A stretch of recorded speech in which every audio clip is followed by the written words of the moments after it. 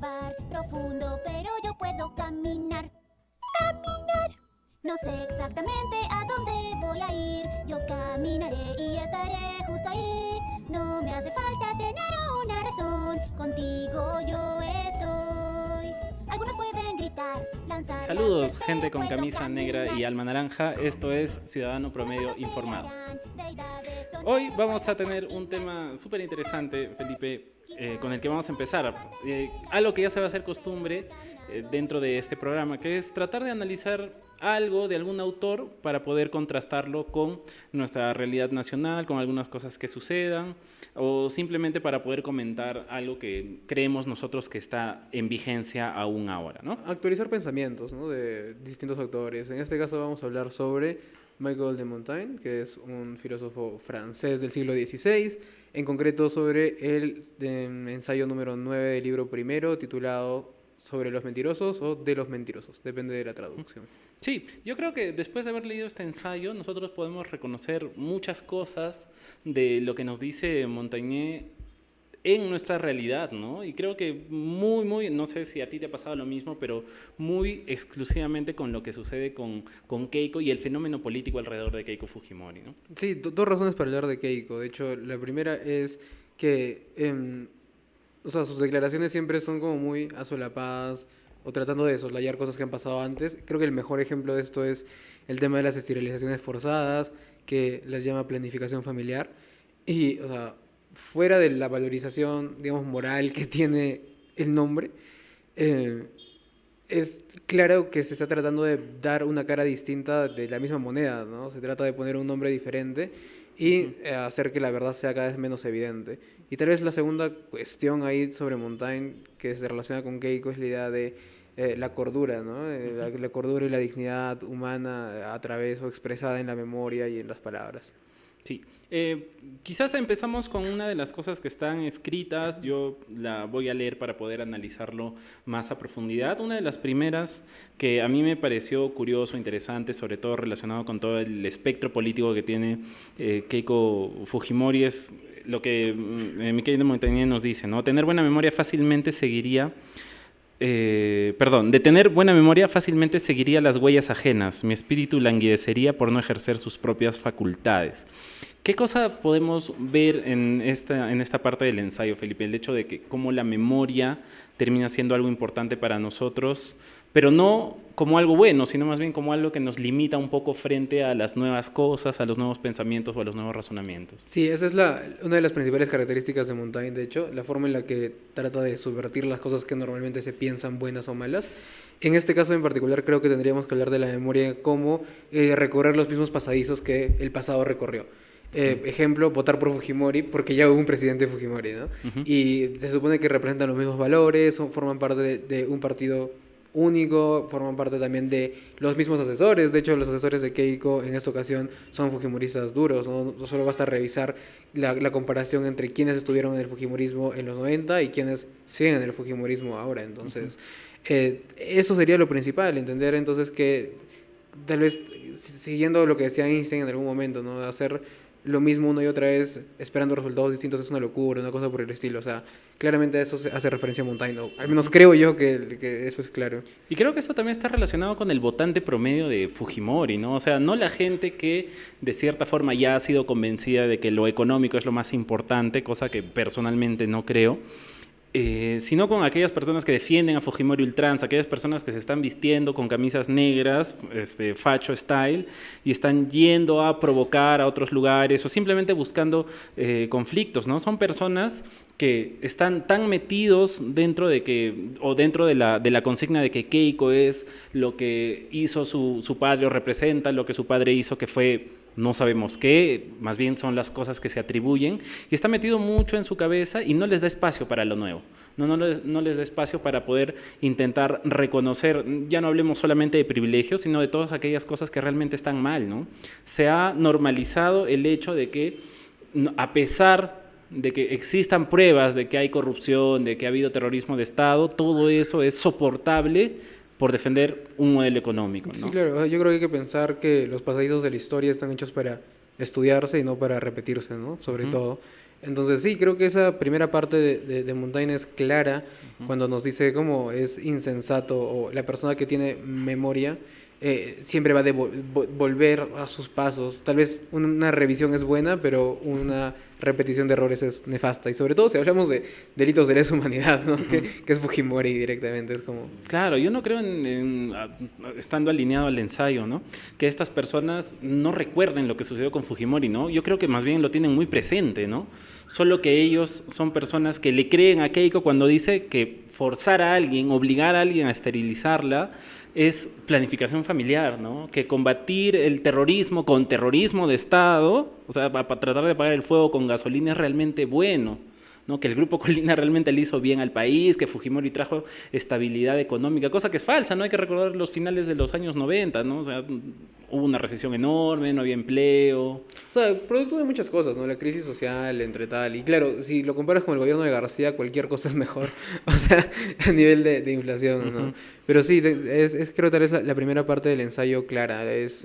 Claro, pero la memoria... con el gobierno de Alan García cualquier cosa pues termina Sí, siendo sí, bueno, ¿no? fue justo lo que dije, ¿no? O sea, si comparamos el final del gobierno de Fujimori con la mitad del gobierno de García, o sea, creo que ahí cuál es no hay punto de comparación, pues, o sea, ojo con eso, ¿no? Claro.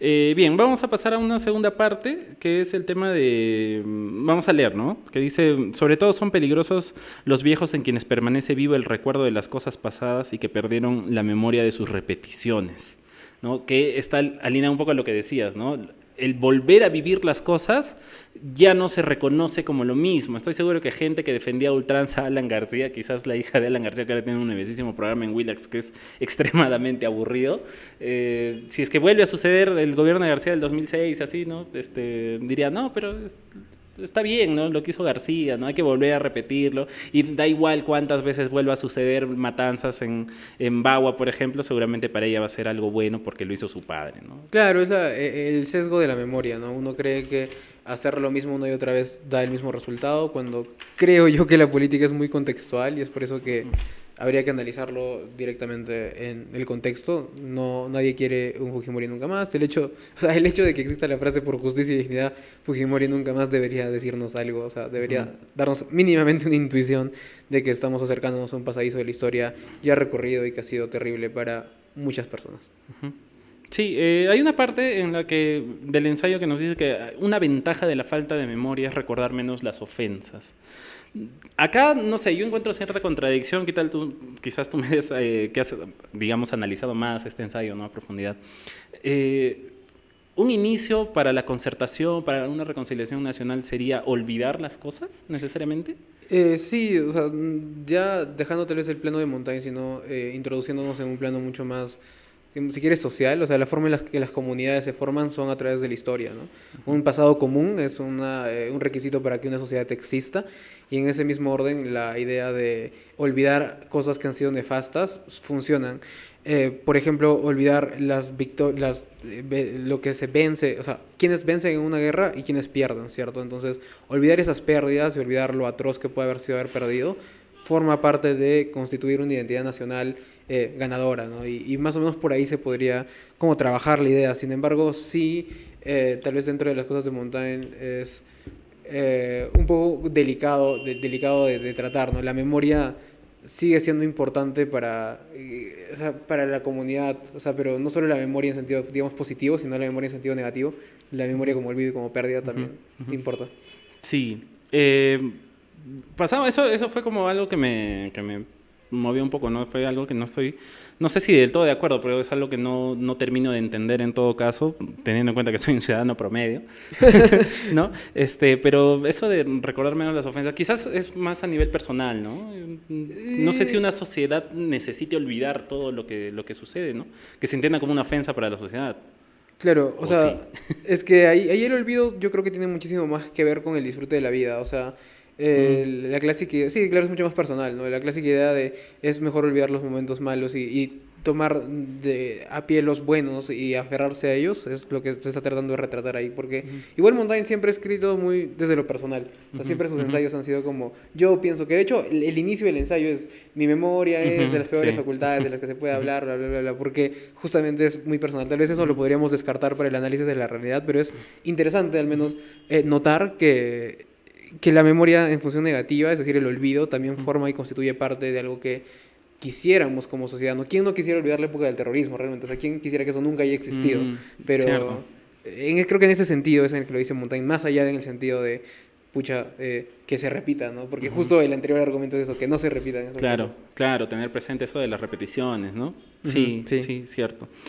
Una siguiente parte, que también la relaciono mucho con Keiko Fujimori, es que en realidad son dos partes, ¿no? Que quisiera quizás juntarlo por un tema de tiempo. Uno es que si realmente nosotros conociéramos lo peligroso, lo dañino que puede ser la mentira, nos dice Montañino, la perseguiríamos muchísimo más, ¿no? En lugar de castigar otras cosas un poco más vanas, ¿no? Sí. Que no tienen ni importancia ni una consecuencia clara, como esta chica en TikTok que dijo, que yo también leía a Marx y a Carr y lo dividió y la gente se le fue encima por una cosa tan ridícula, creo, ¿no? Cualquiera puede equivocarse. Es que la gente como tiene muy metido en la cabeza de tienes que ser muy preciso con lo que haces porque si no lo estás haciendo muy mal, cuando en realidad es lo contrario, o sea, el aventurarse a generar algún tipo de, digamos, pensamiento diferente es lo que permite un avance, ¿no? Y es justamente la misma idea del inicio, la memoria nos puede llevar a recorrer los mismos pasadizos de la historia que en algún momento fueron nefastos, ¿no? Entonces sí, yo creo que la idea de la mentira es muy poco valorada en Perú, o sea, por ejemplo, la gente se contradice cada rato en televisión nacional con el tema de las vacunas, por ejemplo, que ha sido desmentido 1000 veces la idea de que la vacuna no te va a convertir en un celular. O sea, desde lo más absurdo hasta tal vez una preocupación más reciente que puede haber sido el coágulos de sangre, ¿no? Que, o sea, ya era un poquito más real, pero de todas maneras la gente como ha estado desmintiéndose constantemente, ¿no? Claro, y la segunda parte con la que quería juntar, y es que algo que me devuelve directamente al tema de Keiko Fujimori, es que Montaigne divide, ¿no? Un tema de la mentira y creer la mentira, y la otra cosa es decir la mentira, que tiene una intención directamente, ¿no? Si una persona puede repetir una mentira, ¿no? Como, digamos, el 90% de los que le creen a Fujimori, ¿no? Repiten de paporreta, no, sí, Fujimori acabó con el terrorismo, así, no han leído nada, ¿no? Pero el tema de decir una mentira sí nos lleva a un espectro político que podría ser hasta espeluznante, ¿no? O sea, mentir a propósito y este hecho de mentir es negar cuestiones que son realidad. Sí, claro. O sea, lo menciona Montaigne directamente, ¿no? El problema con la verdad es que la verdad tiene una sola cara, mientras que la cara contraria de la verdad, es decir, la mentira, tiene muchísimas más caras. Entonces, claro, la verdad oficial de la CBR, por ejemplo, es el Estado también mató gente, la milicia también mató gente, pero la verdad maquillada es, no, lo hicieron en defensa propia, no hubieron violaciones sexuales que la CBR dice directamente, no hubieron matanzas que retratan como, no sé, la historia de Rosa Cuchillo. O sea, estamos hablando de que hay un maquillaje de la verdad, que es literalmente la mentira, solo que este maquillaje no es único. La mentira pueden ser muchas cosas, mientras que la verdad es solo una. Entonces es muy fácil para Keiko decir, no, es que no fueron esterilizaciones forzadas, fue planificación familiar, cuando todo el aparato detrás nos dice otra cosa, ¿no? Claro, obligar a las personas, no decirle realmente lo que está sucediendo. Y considerando la situación de vulnerabilidad, ¿no? O sea, me parece como, ya no solamente me parece malo lo que se hizo, sino que es como muy cuestionable las afirmaciones de Keiko. O sea, Keiko no sé si o no analiza la realidad a lo López Aliaga cuando decía que hay manuales de homosexualización de niños en el Minedu, o directamente está tratando de utilizar una estrategia que la posiciona como de lo inmoral que ya era, tal vez 3-4 líneas o 3-4 círculos más abajo, ¿no? En el infierno de Dante directamente. Claro, y a mí eso me parece preocupante con el tema de Keiko en particular, ¿no? Por ejemplo, Castillo me parece como, ya es el títere más gracioso con su gorrito, ¿no? Pero Keiko es deliberadamente mentirosa en función de este tipo de situaciones. Ella va a mentir hasta el hartazgo para conseguir lo que quiere. El problema con esto es que, o sea, si fuera cualquier persona mintiendo, es como, no sé, oye, ¿tienes el vuelto del perejil? Sí, fue 50 céntimos cuando era un sol.